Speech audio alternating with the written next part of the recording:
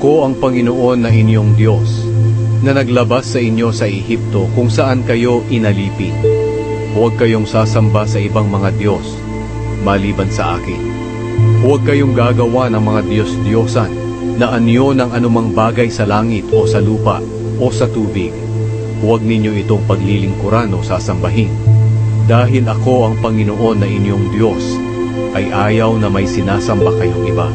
Pinaparusahan ko ang mga nagkakasala sa akin, pati na ang mga anak hanggang sa ikatlo at ikaapat na henerasyon ng mga napupuot sa akin.